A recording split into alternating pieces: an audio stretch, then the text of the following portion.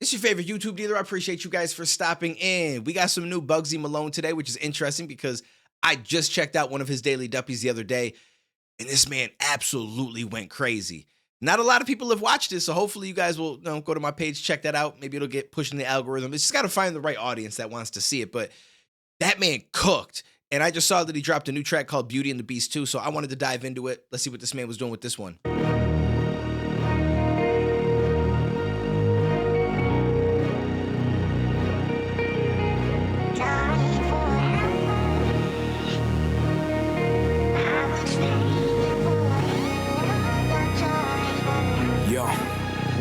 I know you probably hate the fact I'm lonely at the top. When you was there the day I said I'm never gonna stop. When you was giving evidence, I'm sitting in the dock while you're getting interrogated by the prosecutor and the judge. And I remember when we never had a pot to piss in, always on the road, no hugging, no kissing, no Valentine's cards or flowers in the kitchen. By the time I had a car, we'd already started drifting. And I wonder what was running through your head when I was switching. You was dealing with a boy that was just trying to build a business. I was dealing with some things that I still haven't fixed, but it turns out trauma is the teacher of wisdom. We were just kids who we... Yo, I like this. So it sounds like he's speaking of a relationship. Now, sometimes it doesn't go the way that you think it's going to go, because I was just listening to Eminem 25 to Life for the first time. I just did a reaction the other day, and the whole time I thought he was talking about his relationship with Kim. Come to find out at the end, he was talking about hip hop, but I'm pretty sure he positioned it in a way where you would think that until you got to the end. So that was a really dope song. This could be something similar, but it sounds like he's talking about a relationship with somebody before he ever got to the point he's at now, when he was trying to figure things out. Still, they're trying to build a business. You know, they're just both trying to get their shit together, so to speak. And I like how he said that he still got some problems he needs to fix, because what would he say? Something builds wisdom, and I completely agree with that. We never had a pot to piss in, always on the road, no hugging, no kissing, no Valentine's cards or flowers in the kitchen. By the time I had a car, we'd already started drifting. And I wonder what was running through your head when I was switching. You was dealing with a boy that was just trying to build a business. I was dealing with some things that I still haven't fixed, but it turns out trauma is the teacher of wisdom. Trauma is the teacher of wisdom. That's so true. That's so true. But I like the way that he put it. By the time we got a car, because like we ain't have nothing. By the time we got a car, we already was drifting. Obviously, you can drift in cars and stuff, so a little play on it as well. But it's like as they started to get some shit and started to, things started to improve, the relationship already started to drift apart. We were just kids who we kidding, 12 years into this trip, and I still feel like I'm tripping. Never thought we'd have to say goodbye in the beginning, but it's life, and I just thank God we're still living. She sits and cries about the times we were low. And when the family asks about me, she says we're cool. Tell her not to cry no more. Tell her not to cry no more.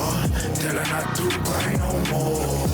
I thank God we're still living, still chilling, no more near misses, wet tissues and tears, with a story of them detrimental years. You stood with me through the dark days, nightmares. You were really right or die, you was right there. You was with me on the back streets with a firearm in the car, and you really did not care. You wasn't with me for the money, you was in it for the love. It's a shame that I wanted a life that you didn't really want. Am I right, am I wrong? Cause I'm right in this song. It's like I don't know a love story is poetic. When Beauty met the Beast, I thought it had a happy ending with a wedding. I don't know, you might regret.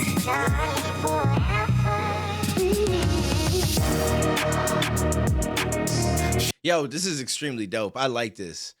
And that's the reality of it, right? Like, two people get together and you guys could have a great time and really connect and be there for each other and all that kind of shit. But at some point, sometimes there's one person that wants to change their life. And it doesn't always mean that they're trying to elevate and you're not, but you both could be trying to elevate in different directions. There's a lot of different ways that it can play out. And once that starts to happen, it's like you slowly start to just not have that same connection. It starts to, like, things just start to change quite a bit. And it seems like that was the case. But I think he said at one point 12 years. So either he's saying 12 years he's been doing this music thing, or 12 years was with the relationship. But for some reason, I feel like this might end up being about rap as well, or about hip hop or something. Like we'll find out, because I'm unsure yet, but we'll see. We'll see. She sits and cries about the times we were. But then again, the hook about she sits and cries about the times we, so that makes it seem like it's definitely going to be more about the relationship. And when a family asks about me, she says we're cool. Tell her not to cry no more. Tell her not to cry no more. Tell her not to cry no more. Through the valley of the shadow of death, yeah. Whoa. The dark sets in and I feel stressed. As the moon sheds light on my devilish day. Look to the sky, say my heavenly prayers. Only God can help get the damage repaired.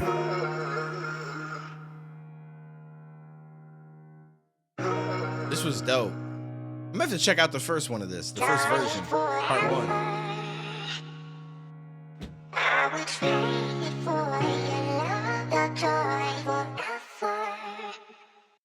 So what's interesting to me is like, let's just say this is about a relationship. I don't know when part one came out,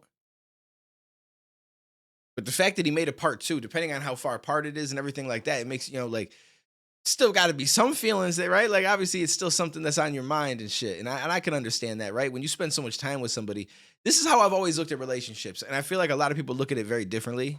And I guess everyone has their own way of looking at it. But like when I spend time with someone, and it doesn't even have to be 12 years. 12 years, that's a long ass time. But that for sure is going to connect two people, I think, for life, without a doubt. I mean, you can go your separate ways, but it's like that this other person's kind of ingrained in you in some ways, and that just thinking about them is going to happen every once in a while. But for me, even being with somebody for a year, like I feel like they're always going to kind of be a part of my life in the sense that like I'm not just going to forget them.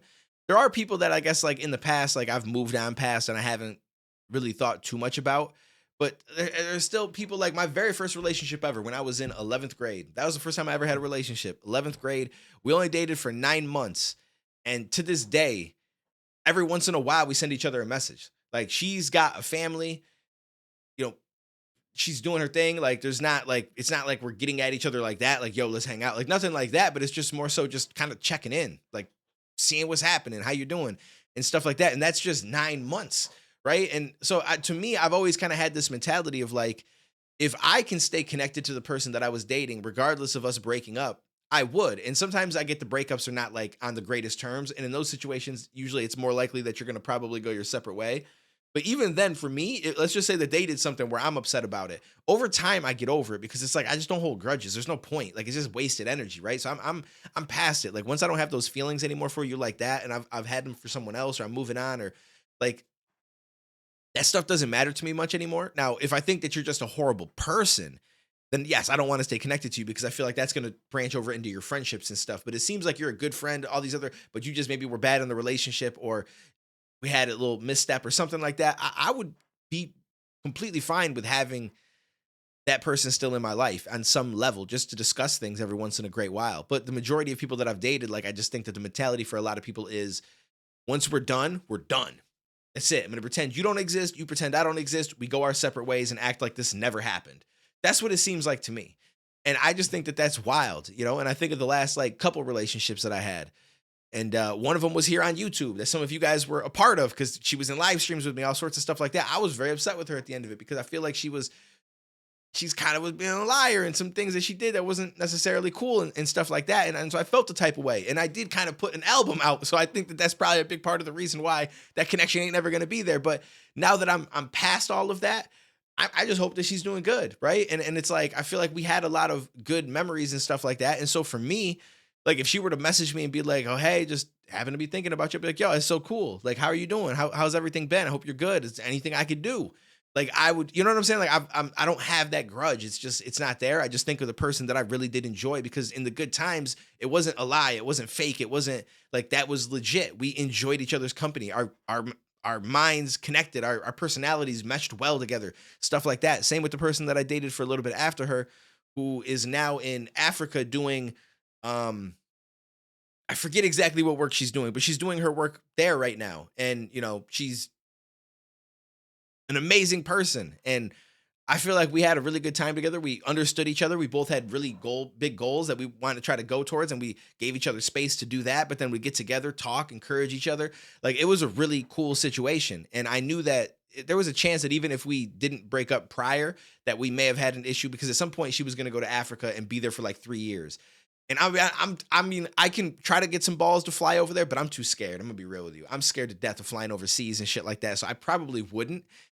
And even if I did, it's for a very short amount of time over 3 years. So it's like, you probably wouldn't end up staying together regardless. But like, and I wouldn't say that like we don't keep in touch, but I did end up following her again on IG. And she followed me back, and I sent her a nice message, wished her a happy new year at the beginning of this year and stuff, and she wished me one back, and said that her work is going good, but I could tell that she's not super into having that conversation. She kind of just had it, I feel like, because I'm being nice about stuff and whatever. But I mean, I guess she did follow me back, but I don't feel like she wants to engage like on a regular basis, like like once a month or every couple of months to be like, "Yo, how's your work going?" Like I could tell that she didn't want to. So I'm like, that's cool. Like we follow each other. If she needs something, I'm here. I'm gonna let it slide. But I don't know. I'm just a weird guy. I think I just look at it very differently. You know, I understand that it doesn't make that much sense, but neither does most of my life. Anyways, as they say in the UK, again, just like I was in the last video, I'm waffling. I'll catch you in the next one, homies.